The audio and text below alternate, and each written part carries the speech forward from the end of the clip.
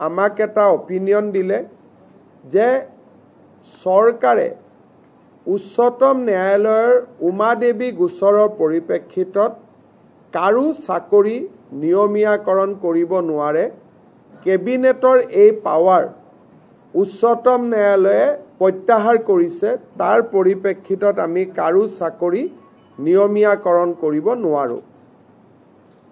কিন্তু সৰ্বশিক্ষা অভিযানত কাম কৰি থকা শিক্ষকসকলক যাতে আমি সকাহ দিব পাৰোঁ, তাৰ বাবে আজি কেবিনেটে ৩৫,০০০ নতুন শিক্ষকৰ পদ চৰকাৰত সৃষ্টি কৰি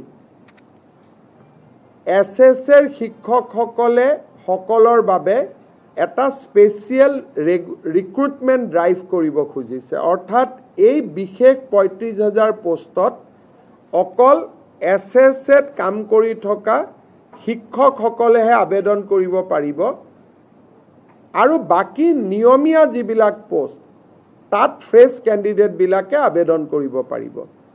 এই ৩৫,০০০ শিক্ষকে SSৰ পৰা আহি চৰকাৰত সোমোৱাৰ লগে লগে সৰ্বশিক্ষা অভিযানত ৩৫,০০০ পোষ্ট বিলুপ্তি হ'ব। অৰ্থাৎ সৰ্বশিক্ষা অভিযানৰ ৩৫,০০০ শিক্ষকে স্পেচিয়েল ৰিক্ৰুটমেণ্টৰ বাবে চৰকাৰত আবেদন কৰিব। চৰকাৰে তেওঁলোকৰ কাগজ পত্ৰ চোৱাৰ পিছত তেওঁলোকক নিয়োগৰ সুবিধা কৰি দিব চৰকাৰত, য'ত NPS পাব, চৰকাৰৰ পে স্কেল পাব, ইনক্ৰিমেণ্ট পাব, গোটেইবোৰ পাব।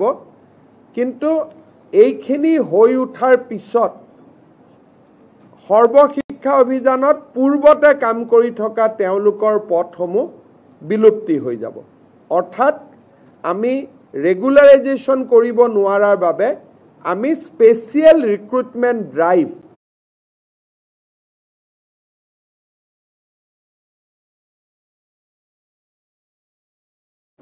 সৰ্বশিক্ষা অভিযানৰ শিক্ষকসকলৰ বাবে কৰিব খুজিছোঁ। আৰু ইয়াৰ ফলত মই ভাবোঁ যে অহা ৪-৫ মাহৰ ভিতৰতে সৰ্বশিক্ষা অভিযানৰ প্ৰতিগৰাকী শিক্ষকেই চৰকাৰত নিযুক্তি পোৱাৰ সম্ভাৱনা মুকলি হ'ব।